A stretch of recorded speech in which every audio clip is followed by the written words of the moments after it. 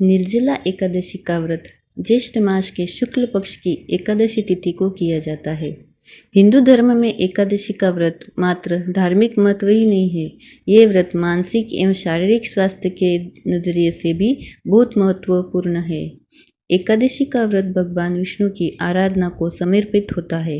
इस एकादशी का व्रत करके श्रद्धा और सामर्थ्य के अनुसार दान करना चाहिए। इस दिन विधि पूर्वक जल कलश का दान करने वालों को पूरे साल की एकादशियों का फल मिलता है। इस प्रकार जो इस पवित्र एकादशी का व्रत करता है वह समस्त पापों से मुक्त हो जाता है। एक बार बहुभोजी भीमसेन ने व्यास जी के मुख से प्रत्येक एकादशी को निराहार रहने का नियम सुनकर विनम्र भाव से निवेदन किया कि महाराज, मुझसे कोई व्रत नहीं किया जाता।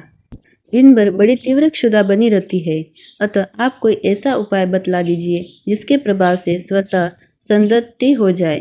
तब व्यास जी ने कहा, तुमसे वर्ष भर की संपूर्ण एकादशी नहीं हो सकती तो केवल एक निर्जला कर लो, इससे साल भर की एकादशी करने के समान फल हो जाएगा। तब भीम ने वैसा ही किया और स्वर्ग को गए। इसलिए यह एकादशी भीमसेन एकादशी के नाम से भी जानी जाती है।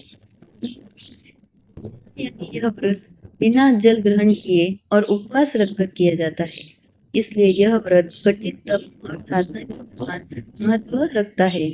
हिंदू पंचांग के अनुसार वृषभ और मिथुन संक्रांति के बीच शुक्ल पक्ष की एकादशी निर्जला एकादशी कहलाती है। इस व्रत को भीमसेन एकादशी, पांडव एकादशी के नाम से भी जाना जाता है।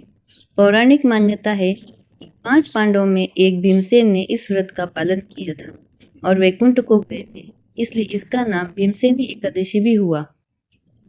सिर्फ निर्जला एकादशी का व्रत कर लेने से अधिक मास की 2 एकादशियों सहित साल की 25 एकादशी व्रत का फल भी मिलता है। जहाँ साल भर की अन्य एकादशी व्रत में आहार संयम का महत्व है, वहीं निर्जला एकादशी के दिन आहार के साथ ही जल का संयम भी जरूरी है। इस व्रत में जल ग्रहण नहीं किया जाता है, यानी निर्जल रहकर व्रत का पालन किया जाता है। यह व्रत मन को संयम सिखाता है और शरीर को नई ऊर्जा देता है। यह व्रत पुरुष और महिलाओं दोनों द्वारा किया जा सकता है। दिन भर इन बातों का ध्यान जरूर रखें। पवित्रीकरण के समय जल आचमन के अलावा अगले दिन सूर्योदय तक पानी नहीं पीना चाहिए। दिन भर कम बोलें और हो सके तो मौन रहने की कोशिश करें। दिन भर न सोएं, ब्रह्मचर्य का पालन करें, झूठ न बोलें, गुस्सा और विवाद न करें। तो आइए सुनते हम निर्जला एकादशी की व्रत कथा। जब वेद व्यास ने पांडवों को चारों पुरुषार्थ धर्म, अर्थ, काम और मोक्ष देने वाले एकादशी व्रत का संकल्प कराया था, तब युधिष्ठिर ने कहा, जनार्दन, ज्येष्ठ मास के शुक्ल पक्ष में जो एकादशी पड़ती हो, कृपया उसका वर्णन कीजिए। भगवान श्री कृष्ण ने कहा, हे राजन, इसका वर्णन परम धर्मात्मा व्यास जी करेंगे, क्योंकि ये संपूर्ण शास्त्रों के तत्वज्ञ और वेद वेदांगों में पारंगत विद्वान है। तब वेद व्यास जी कहने लगे, कृष्ण और शुक्ल पक्ष की एकादशी में अन्न खाना वर्जित है। द्वादशी को स्नान करके पवित्र होकर फूलों से भगवान केशव की पूजा करें, फिर पहले ब्राह्मणों को भोजन देकर अंत में स्वयं भोजन करें। यह सुनकर भीमसेन बोले, परम बुद्धिमान पितामह, मेरी उत्तम बात सुनिए।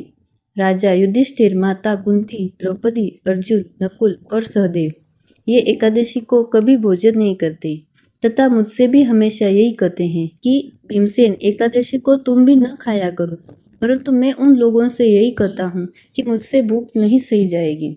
भीमसेन की बात सुनकर व्यास जी ने कहा, यदि तुम नरक को दूषित समझते हो तो तुम्हें स्वर्ग लोक की प्राप्ति अभिष्ट है, और तो दोनों पक्षों की एकादशियों के दिन भोजन नहीं करना। भीमसेन बोले, महाबुद्धिमान पितामह, मैं आपके सामने सच कहता हूँ, मुझसे एक बार भोजन करके भी व्रत नहीं किया जा सकता, तो फिर उपवास करके मैं कैसे रह सकता हूँ। मेरे उदर में वृक नाम का अग्नि सदा प्रज्वलित रहती है। जब मैं बहुत अधिक खाता हूँ तभी यह शांत होती है। इसलिए महामुनि, मैं पूरे वर्ष भर में केवल एक ही उपवास कर सकता हूँ, जिससे स्वर्ग की प्राप्ति सुलभ हो तथा जिसके करने से मैं कल्याण का भागी हो सकूं। ऐसा कोई व्रत निश्चय करके बताइए, मैं उसका यथोचित रूप से पालन करूंगा। व्यास जी ने कहा, भीम, ज्येष्ठ मास में सूर्य वृश्चिक राशि पर हो या मिथुन राशि पर, शुक्ल पक्ष में जो एकादशी हो उसका यत्नपूर्वक निर्जल व्रत करो। केवल कुल्ला या आचमन करने के लिए मुख में जल डाल सकते हो। उसको छोड़कर किसी प्रकार का जल विद्वान पुरुष मुख में न डालें, अन्यथा व्रत भंग हो जाता है। एकादशी को सूर्योदय से लेकर दूसरे दिन के सूर्योदय तक मनुष्य जल का त्याग करे तो यह व्रत पूर्ण होता है। इसके बाद द्वादशी को प्रभात काल में स्नान करके ब्राह्मणों को विधि पूर्वक जल और सुवर्ण का दान करें। इस प्रकार सब कार्य पूरा करके जितेंद्रिय पुरुष ब्राह्मणों के साथ भोजन करें। वर्ष भर में जितनी एकादशियां होती है उन सबका फल इस निर्जला एकादशी से मनुष्य प्राप्त कर लेता है। इसमें तनिक भी संदेह नहीं है। शंख चक्र और गदा धारण करने वाले भगवान केशव ने मुझसे कहा था कि यदि मानव सबको छोड़कर एकमात्र मेरी शरण में आ जाए और एकादशी को निराहार रहे तो वह सब पापों से छूट जाता है।